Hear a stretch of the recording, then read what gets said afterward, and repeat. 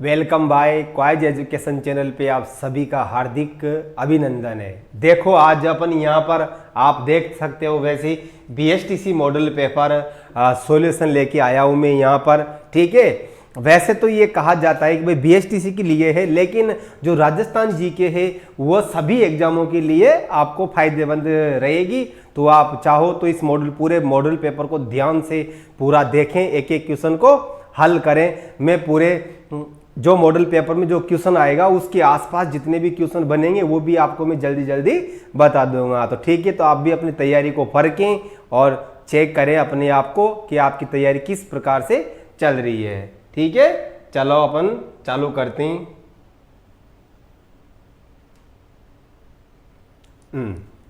देखो पहले आप भी इस क्वेश्चन को पढ़ लें। मैं इधर आता हूं। झालावाड़ प्रजामंडल की स्थापना किसने की? ठीक है, आप भी ऑप्शन को चुन लें। मांगी लाल, मीठा लाल, चुन्नी लाल और ये माणिक्य लाल। ठीक है, तो आपका जवाब कौन सा होगा? यहाँ पर झालावाड़ प्रजामंडल के जो संस्थापक है वो कौन है? मांगी लाल। ठीक है, अब आप यहाँ पर इनको भी देख लें, है ना। यहाँ पर ये जो मीठा लाल है ये जैसलमेर प्रजामंडल के हैं, है ना। आप इनको आराम से याद रखें, जैसलमेर प्रजामंडल के हैं। और ये चुन्नी लाल और अमृत लाल है ये प्रतापगढ़ प्रजामंडल के हैं। और माणिक्य लाल ये किसके हैं? मेवाड़ प्रजामंडल के। ठीक है, बहुत बेहतरीन टॉपिक है, मैंने यूट्यूब पे वैसे भी पढ़ा रखा है, तो आप आराम से इन सारी चीजों को याद रखें। ठीक है, इसके अलावा देखो अपन यहां पर देखते हैं। देखो एक है अपना जयपुर प्रजामंडल।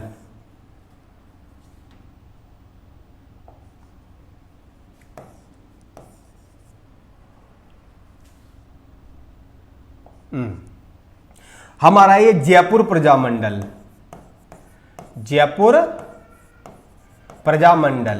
प्रजामंडल के संस्थापक कौन है? आपने नाम सुना होगा कपूर चंद पाटनी। ठीक है ना, कर्पूर चंद पाटनी। ठीक है, मैं कुछ बता देता हूं, 2-4 के, वैसे 17-18 ही है। मैंने आपको YouTube पे पूरी क्लास कंप्लीट करा रखी है, तो आप वहां से इनको चेक कर ले। पहले अपन यहां पर देखते हैं मांगी लाल किसका है, झालावाड़ के। मीठा लाल किसके? जैसलमेर के। चुन्नी लाल किसका है? प्रतापगढ़ का। और माणिक लाल किसका है? मेवाड़ प्रजामंडल के संस्थापक है। ठीक है, चलो अपन अगले क्वेश्चन पे चलते हैं। देखो तुलसी आभूषण कहां पर पहना जाता है? ठीक है, आप भी दिमाग लगाओ। गले में पहनते हैं, सर पे पहनते हैं, हाथ में पहनते हैं या पैरों में पहनते हैं? तो ये तुलसी आभूषण कहां पहना जाता है? ये है आपका गले का आभूषण है। ठीक है, गले का आभूषण ही है ना। इसके बाद में आपने और भी आभूषण सुने होंगे, जैसे अपन नाक की बात करते हैं तो नाक का कौन सा होता है? नथ, लौंग, कांटा, चुन्नी, वारी, चौप, बैसरी, बाली। ये तो किसके हैं? नाक के। सिर के आभूषण आपने सुना होगा बोर, बोरला, राखड़ी, मेमंद, फीणी।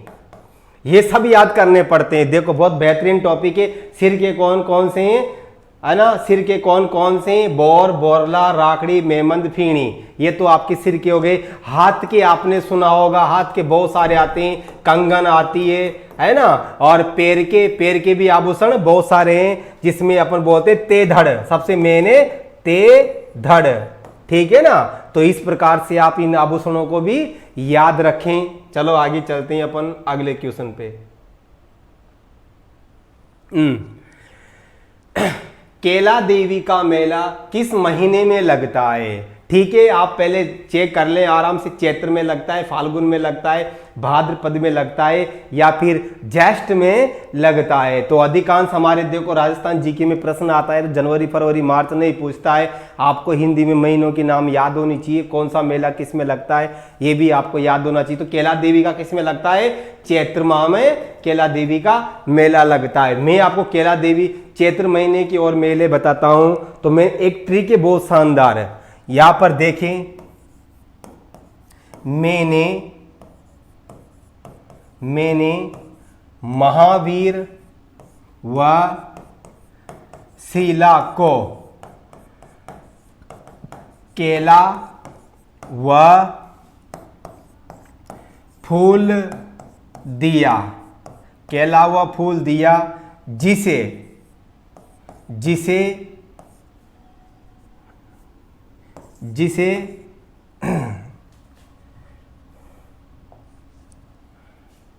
ठीक है, जिसे साला ऋषभदेव ले भागा, ऋषभदेव ले भागा। ठीक है, देखो, मैंने मेहंदीपुर बालाजी का मेला, आपने नाम सुना होगा, महावीर जी का मेला, शीला देवी का मेला, केला देवी का मेला, फूल डोल का मेला, सालासर बालाजी का मेला और ऋषभ देव जी का मेला। ये मेहंदीपुर बालाजी है, ये सालासर बालाजी है। तो ये सारे के सारे मेले कहां पर लगते हैं? चैत्र महीने में लगते हैं। ठीक है, 7-8 मेले आप चाहो तो इस ट्रिक को लिख लेना।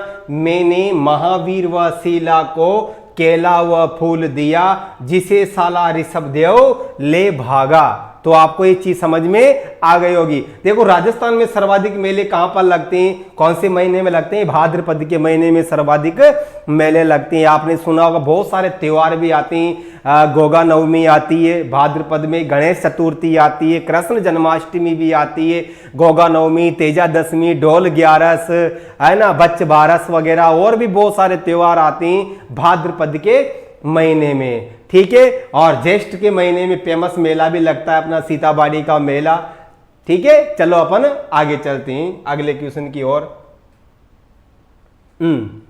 रक्षाबंधन किस महीने में मनाया जाता है? बहुत बढ़िया प्रश्न है। रक्षाबंधन का जो त्योहार आता है वो कौन से महीने में मनाया जाता है? आप चेक कर लें, चैत्र में, ज्येष्ठ में, सावन में और आषाढ़ में। ठीक है, तो भैया राखी कब बांधते हैं? राखी याद करो भाई, सावन में राखी बांधी जाती है, पानी बरसता रहता है, सावन की झड़ी लगी रहती है ना, तो उस समय रक्षाबंधन का त्योहार आता है सावन में। सावन में देखो और भी त्योहार आते हैं, जैसे अपने हरियाली अमावस्या। ठीक है, कौन कौन सा आता है? एक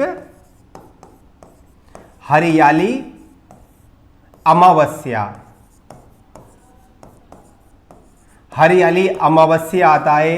एक आता है निडरी नवमी, एक आता है नाग पंचमी, एक रक्षाबंधन हो गया।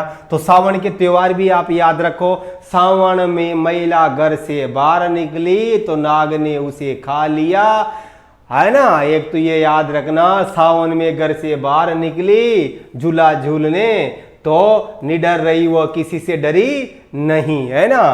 तो निडरी नवमी और नाग पंचमी, हरियाली अमावस्या कौन से महीने में आती है? श्रावण के महीने में आती है। और रक्षाबंधन श्रावण का सबसे मेन त्योहार है ही सही, तो आप इस प्रकार से इसको याद रखें। ठीक है, चलो अपन आगे चलते हैं अगले प्रश्न पर।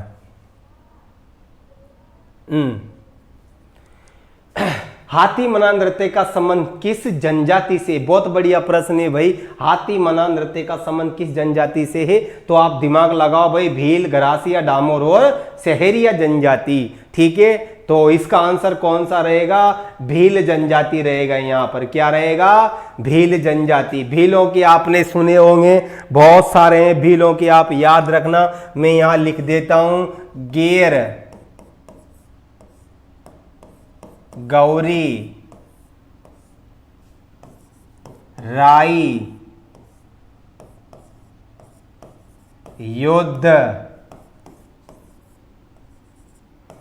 दिचकी,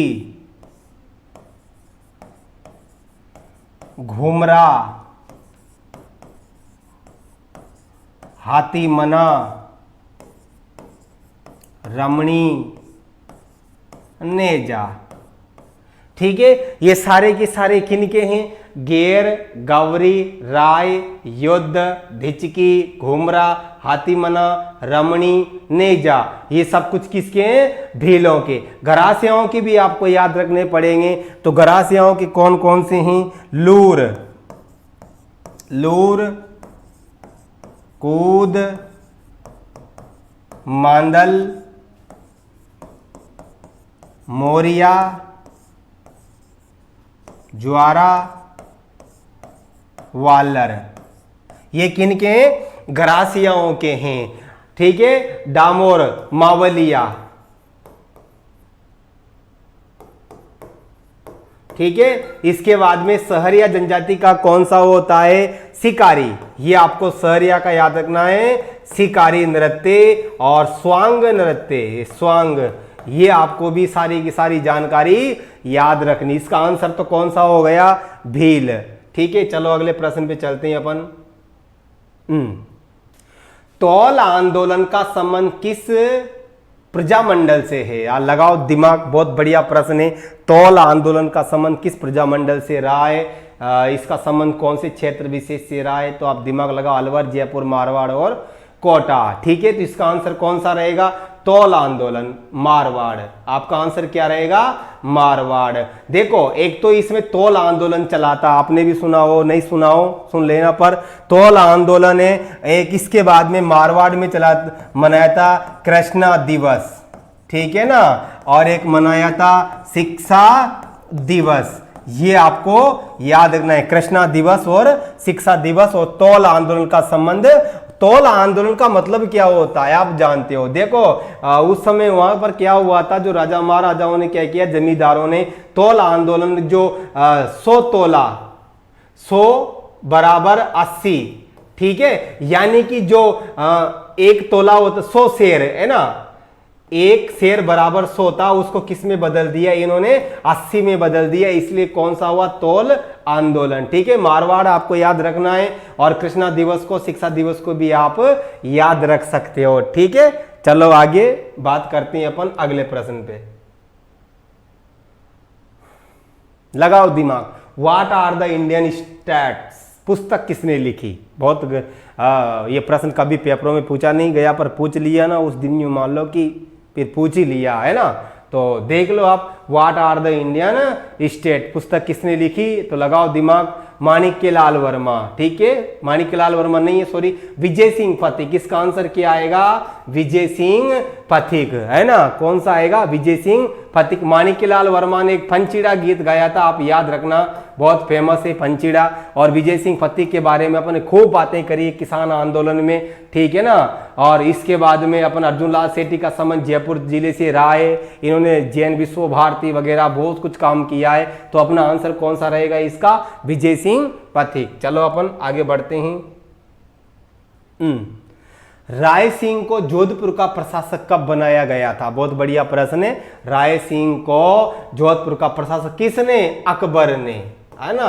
अकबर ने इसको प्रशासक कब बनाया था जोधपुर का? तो इसका आंसर क्या रहेगा आपका? इसका आंसर रहेगा 1572 में। राय सिंह बीकानेर का शासक कब बना था? आप इसको अच्छे से याद रखना। बीकानेर के शासक राय सिंह कब बने थे? शासक बने थे 1574 में, ठीक है ना। और राय सिंह ने बीकानेर में जूनागढ़ का निर्माण भी करवाया था। किसका निर्माण करवाया था? जूनागढ़ का निर्माण करवाया था इसमें, ठीक है ना। तो आपको ये भी याद रखना है। राय सिंह को मुगल शासनकाल का या अकबर का आधार स्तंभ कहा जाता है, और राय सिंह को आंसू कवि भी कहा जाता है। आंसू कवि, ऐसा कवि जो कविता अपने आप ही साथ के साथ में सुनाता है, अलग से बनाते नहीं है ना, उसको बोलते हैं आंसू कवि भी कहा जाता है। और अकबर का आधार स्तंभ भी राय सिंह को कहा जाता है। और आपने मुंशी देवी प्रसाद ने इसे क्या कहा है?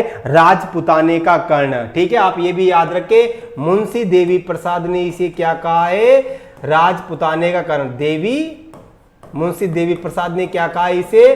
राजपुताने का कर्ण, राजपुताने का कर्ण। ये भी आप याद रखें इसके बारे में। 74 के बारे में शासक बने थे, इसी कोई लेना देना है ही नहीं। तो आपका आंसर 1572 हो जाएगा, ठीक है। चलो अपन आगे बढ़ते हैं। एक बढ़िया प्रश्न आ रहा है, रूपायन संस्थान, ये रूपायन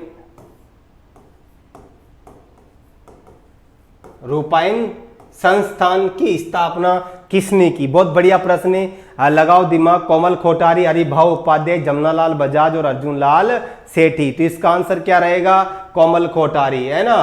कोमल कोठारी की याद रखना 1960 में जोधपुर में, कहां पर?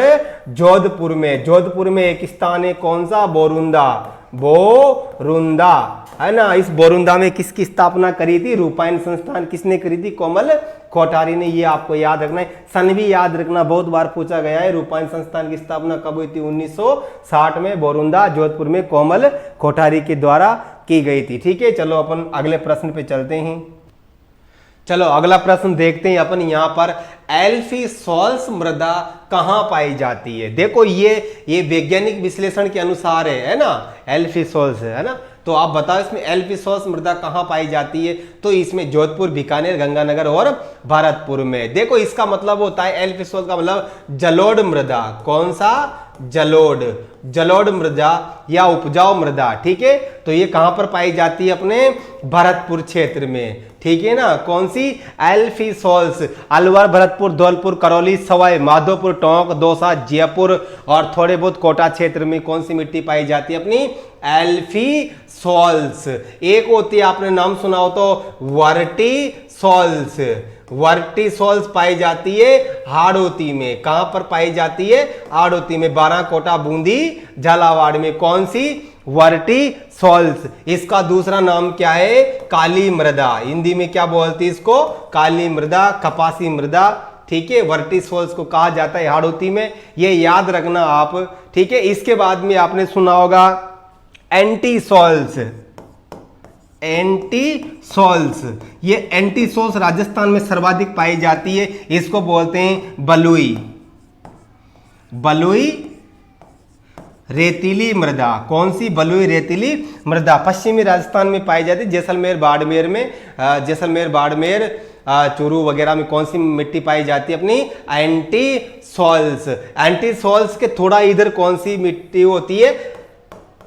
एरिडोसॉल्स। ये एरिडोसॉल्स पाई जाती है अर्ध शुष्क क्षेत्रों में, चूरू, सीकर, झुंझुनू, नागौर, पाली, जालोर, है ना। इसमें कौन सी पाई जाती है? ये वाली, है ना। तो आप याद रखना एल्फीसॉल्स, जलोढ़ मिट्टी। ठीक है, अगले प्रश्न पे चलते हैं अपन। राजस्थान में कितने जंतुआलय है? बहुत बढ़िया प्रश्न है। ठीक है, राजस्थान में कितने जंतुआलय? आप भी दिमाग लगाओ, सोचो, 5, 6, 4, 6। ठीक है, तो कितने हैं? यहां 2 बार आ गया। आप ऐसा करो, यहां पर 5, 6, 4, 6, 16 कर लो। आप बताओ, 5, 6, 4, 16। ठीक है, तो कितने जंतुआलय राजस्थान में? राजस्थान में 5 जंतुआलय हैं। वो कौन कौन से? जयपुर जंतुआलय, जयपुर, उदयपुर, बीकानेर, जोधपुर और कोटा। याद रखना राजस्थान में कितने जंतुआलय? 5 जंतुआलय। जयपुर, उदयपुर, जऊ बीजों को जयपुर, उदयपुर, बीकानेर, जोधपुर और कोटा। जयपुर प्रजामंडल, सॉरी, जयपुर जंतुआलय की स्थापना हुई थी 1876 में। इसकी 1878 में, इसकी 1934 में, इसकी 1936 में और इसकी 1954 में। ये आपको याद रखना है इनको। ठीक है ना। सॉरी, यहां पर आएगा अपना 1922, फिर इसके बाद में ये 1936। ठीक है, इस प्रकार से आप याद रखें 76, 78, 22, 36 और 54। जयपुर, उदयपुर, बीकानेर, जोधपुर और कोटा कौन सा? अपना जंतुआलय। तो 5 जंतुआलय अपने हो गए। चलो अगले प्रश्न पे चलते हैं अपन। चांद बावड़ी किस जिले में? बहुत फेमस क्वेश्चन है, हर 1-2 एग्जाम को छोड़ दो तो उसमें ये प्रश्न जरूर देखने को मिलता है। चांद बावड़ी कहां पर है? ये चांद बावड़ी ये है हमारी दौसा जिले में। आभानेरी की चांद बावड़ी। कौन सी? आभानेरी। आभानेरी की चांद बावड़ी बहुत फेमस है। महाराजा चांद ने महाराजा चांद ने इसे बनवाया था, शासक चांद ने इसे बनवाया था। इसके पास में देखो, याद रखना, इसके पास में हरसद माता का मंदिर, हरसद माता का मंदिर कहां पर है? आभानेरी में। याद रखना, ये बहुत महत्वपूर्ण क्वेश्चन है। हर्ष नहीं पूछा, हरसद, हरसद माता का मंदिर कहां पर है? आभानेरी में। आभानेरी की चांद बावड़ी या चांद बावड़ी दौसा में। ठीक है, चलो अगले प्रश्न पे चलते हैं अपन।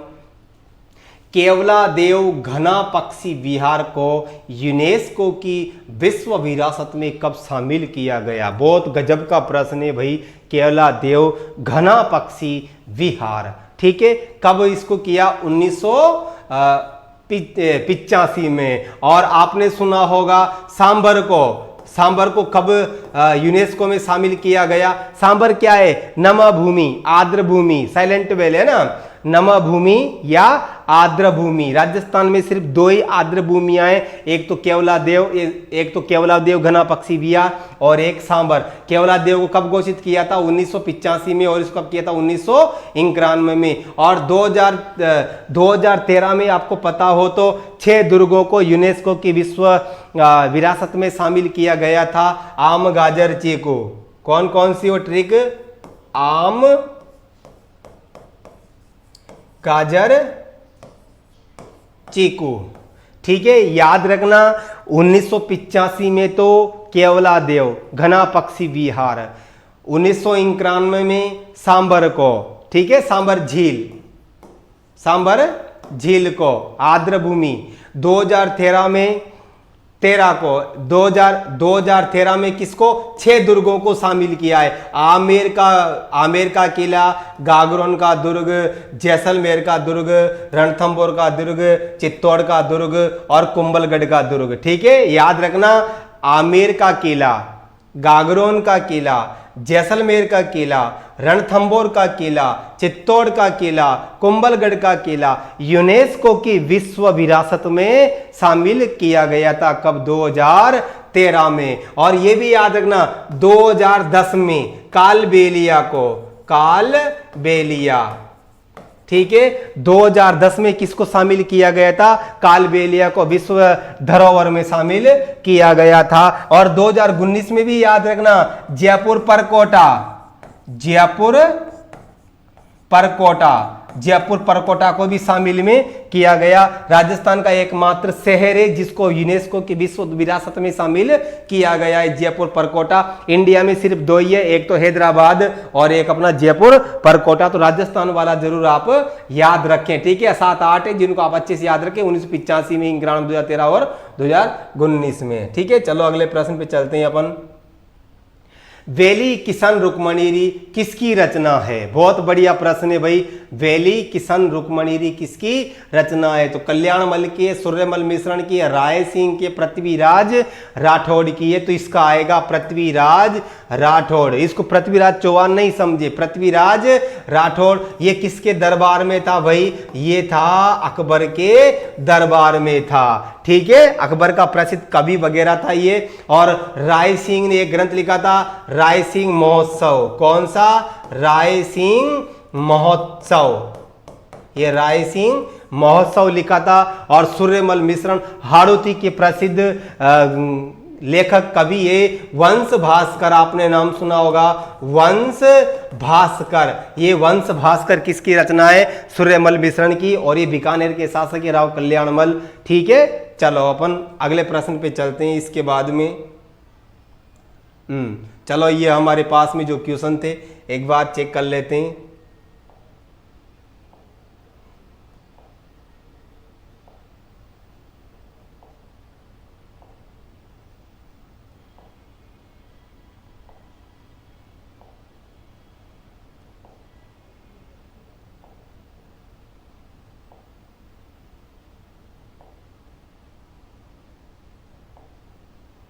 ठीक है, तो ये अपन के आज के क्वेश्चन थे। मैंने आपको लगभग 15-16 क्वेश्चनों में कम से कम अपने 100 प्रश्नों की जानकारी प्राप्त करी होगी। उसके आसपास जितने भी क्वेश्चन है, इसी प्रकार से हम आपके लिए मॉडल पेपर लेते आते रहेंगे। आप घर बैठे अपनी तैयारी को बहुत बेहतरीन तरीके से करें। अपन किसी भी प्रकार की कोई फालतू बात नहीं करें। एग्जाम से संबंधित जो हमारी तैयारी है उससे संबंधित अपन बातें करेंगे। और लगातार इस प्रकार से आप जब भी पढ़ो कॉपी पेन लेके बैठ जाया करो और उनको नोट करते चलो। डेली अपन इसी प्रकार से मिलते रहेंगे।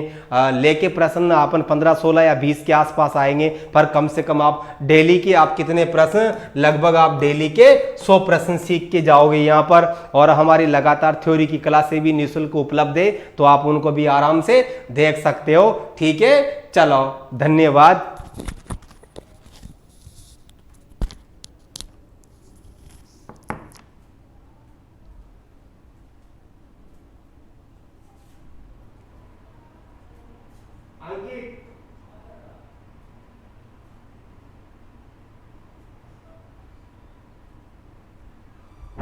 हो गया सर? वही पूरे प्रश्न। आप बताओ सर, आप कुछ पढ़ाना चाह रहे हो?